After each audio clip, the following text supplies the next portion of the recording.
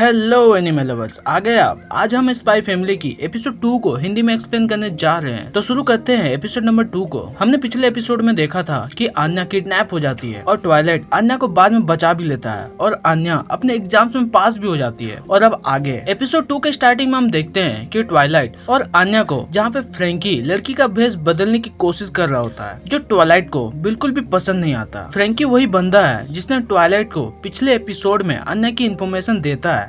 खैर, और फिर हम ट्वाइलाइट को थोड़ा सा टेंशन में देखते हैं क्योंकि ट्वाइलाइट को कुछ भी करके डेस्मोंड को जंग छेड़ने से रोकना है। और अगर आपको याद नहीं है कि डेस्मोंड कौन है तो मैं आपको बता दूं कि ट्वाइलाइट को न्यूज़पेपर के जरिए जिस आदमी की फोटो दिखाई गई थी, ये वही आदमी है। और ट्वाइलाइट बैठकर मिशन के बारे में सोच रहा होता है कि आन्या एग्जाम में पास तो हो गई है, लेकिन इंटरव्यू के लिए दोनों पेरेंट्स का होना जरूरी है। मतलब ट्वाइलाइट को अब एक ऐसी लड़की की जरूरत है ताकि उसे अपनी बीवी बनाकर आन्या के इंटरव्यू को पूरा कर सके। और अगले सीन में हम कुछ लड़कियों को देखते हैं जो आपस में बात कर रहे होते हैं, जिसमें से और एक लड़की रहती है जिसका नाम योर रहता है। और हम देखते हैं कि वो लड़कियां योर को कह रही होती हैं कि योर उस टाइप की लड़की है जिससे लड़के दूर भागते होंगे। और हम देखते हैं और वही लड़कियों वाली बातें, मैं तुम्हें कॉस्मेटिक टिप्स दूंगी, अच्छे कपड़ों में तुम अच्छी लगोगी वगैरह वगैरह। लेकिन योर कहती है कि मैं अपने काम में खुश हूँ। फिर एक लड़की जिसका नाम कैमिला है, वो कहती है कि तुम्हें संभल कर रहना चाहिए क्योंकि अब तुम 27 की हो और इन दिनों बहुत से स्पाइस पकड़े जा रहे हैं। और फिर कैमिला सबको पार्टी के लिए इनवाइट करती है और सबको अपने पार्टनर्स के साथ आने के लिए कहती है। और फिर अगले सीन में हम योर को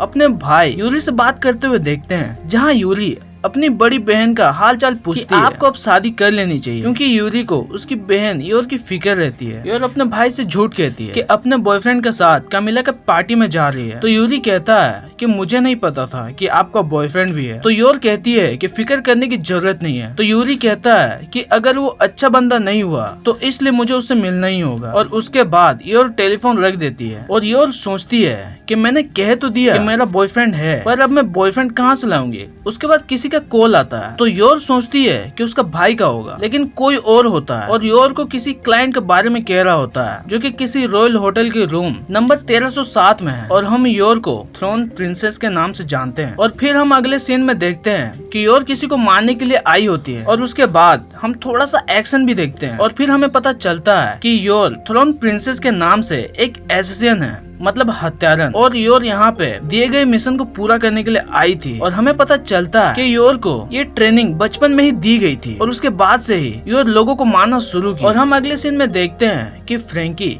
सिटी हॉल से सारे फाइल्स कॉपी करके ले आता है जो अनमैरिड हो या फिर जिनका डिवोर्स हुआ हो। मतलब ट्वाइलाइट अभी एक ऐसी लड़की खोज रहा है जो अनमैरिड हो और उसके बच्चे का ख्याल रख सके, पर ऐसा कोई मिलती नहीं। तो फ्रैंकी कहता है कि तुम उन एजेंट्स में से ही किसी को क्यों नहीं बुला लेते। तो ट्वाइलाइट कहता है कि एजेंट्स की कमी हो गई है, इसलिए मुझे ये मिशन मिला है। और ट्वाइलाइट कहता है कि मुझे एक ऐसी लड़की चाहिए जिसके हालात बुरे हो और वो फट से मान जाए। फिर फ्रैंकी कहता है कि आन्या बिल्कुल भी किसी बड़े घराने की प्रिंसेस जैसी बिल्कुल नहीं लगती। तो ट्वाइलाइट कहता है कि सही कहा, अब आन्या को अच्छे कपड़े दिलाने ही होंगे।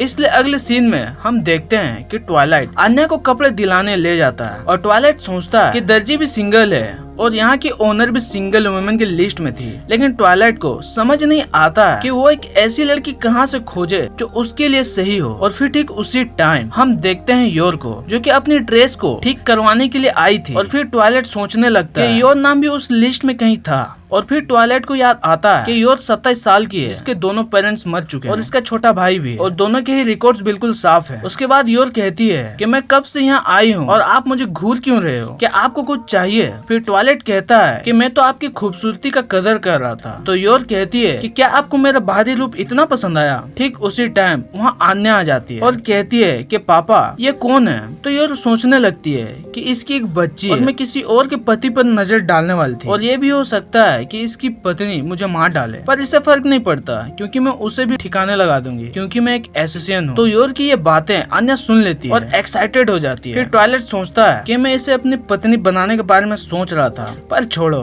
और उधर योर सोचती है कि मैं इसे अपना बॉयफ्रेंड बनाकर पार्टी में ले जाने वाली थी, लेकिन मुझे दूसरों के बीच नहीं पड़ना चाहिए। और आन्या ये सुनकर गाना गाने लगती है कि मेरी माँ नहीं है और मैं कितनी अकेली हूँ और मुझे एक मम्मी चाहिए। आन्या ऐसा इसलिए करती है ताकि योर को पता लग सके कि ट्वाइलाइट की कोई पत्नी नहीं है। योर जब ये बातें सुनती है तो ट्वाइलाइट को पूछती है कि क्या आपका डिवोर्स हुआ था? तो ट्वाइलाइट कहता है कि 2 साल पहले मेरी वाइफ गुजर गई थी, तो मैं अकेला ही इसका ख्याल रखता हूँ। फिर योर सोचती है कि अब इसे पार्टी के लिए पूछने में कोई दिक्कत नहीं है, और फिर योर पार्टी के लिए ट्वाइलाइट को पूछती है और कहती है कि मैंने अपने भाई से झूठ बोला था कि मेरा एक बॉयफ्रेंड है और मैं चाहती हूँ कि वो मेरी फिक्र ना करे। तो ट्वाइलाइट इसके लिए हाँ कर देता है, लेकिन उसके बदले में वो भी चाहता है कि इंटरव्यू के दौरान योर को आन्या की माँ बनकर आना होगा, क्योंकि ट्वाइलाइट अपने बेटी को एक अच्छे स्कूल में पढ़ाना चाहता है। और इसके बाद डील हो जाता है योर के पार्टी के बदले इंटरव्यू। और फिर अगले सीन में हम बाप बेटी को शॉपिंग करते हुए देखते हैं, जहाँ ट्वाइलाइट आन्या को समझाता है कि पार्टी वाले दिन एक बेबी सिटर आने वाली है। और यहीं पे ट्वाइलाइट को एक और छोटा सा मिशन के बारे में पता चलता है, जिसमें ट्वाइलाइट को वेस्ट से चोरी हुई कुछ आर्ट पीसेस को वापस लेना है और स्मगलिंग को रोकना है, और वो भी सैटरडे वाले दिन।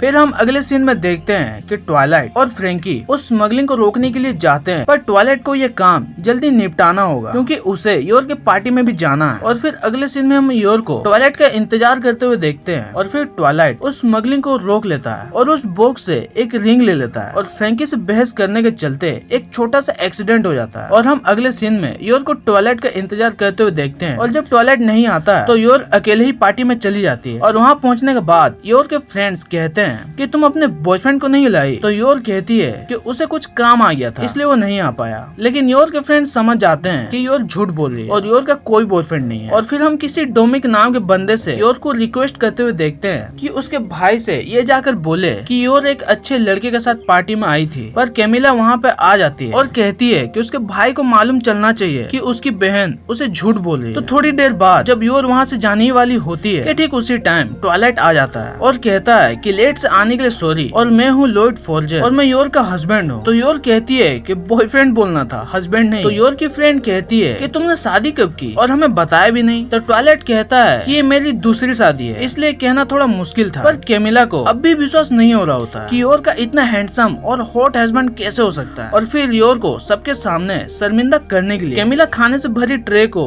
योर की तरफ फेंकती है, लेकिन योर उसे बहुत ही आसानी से पकड़ लेती है। और ऐसा करने के बाद भी जब कैमिला का मन नहीं भरता तो वो जानबूझकर योर की बेइज्जती करने लगती है। और फिर बाद में ट्वाइलाइट सबसे कहता है कि योर कितनी जिम्मेदारी निभाती है और बिना पेरेंट्स के अपने भाई की देखभाल करती है। ऐसा कह के योर और ट्वाइलाइट पार्टी से बाहर चले जाते हैं। और फिर हम अगले सीन में ट्वाइलाइट और योर को कार में देखते हैं, जहाँ योर ये सब के लिए माफी मांग रही होती है। और फिर योर अपना असली बताने वाली ही होती है कि ठीक उसी टाइम कुछ गुंडे ट्वाइलाइट के पीछे पड़ जाते हैं। तो योर पूछती है कि ये लोग कौन है? तो ट्वाइलाइट कहता है कि मेरे पागल पेशेंट्स हैं। और फिर हम अगले सीन में कुछ गुंडों को ट्वाइलाइट का पीछा करते हुए देखते हैं, जहाँ ट्वाइलाइट उन गुंडों को पीटता है। तो योर कहती है कि क्या इन पेशेंट्स को मारना ठीक होगा? तो ट्वाइलाइट कहता है कि सर पर जोर से चोट पहुंचाने पर भी ये ठीक हो सकते हैं। और फिर हम एक सीन में एक गुंडे को ऊपर से हमला करते हुए देखते हैं, पर योर उसे किक में ढेर कर देती है। और ऐसे ही दोनों मिलकर गुंडों से निपटते हैं। फिर योर शादी की बात करती है, जिसे सुनकर ट्वाइलाइट गिर जाता है। और योर कहती है कि अगर हम शादी कर लें तो हमारा एग्रीमेंट बढ़ जाएगा। फिर ट्वाइलाइट इसके लिए हाँ कर देता है। और फिर ट्वाइलाइट योर को रिंग पहनाता है, और अब से ट्वाइलाइट और योर साथ रहने वाले हैं। और यहीं पे एपिसोड 2 होता है खत्म, और बहुत जल्द एपिसोड 3 भी आने वाला है। तो चैनल को सब्सक्राइब करना मत भूलना।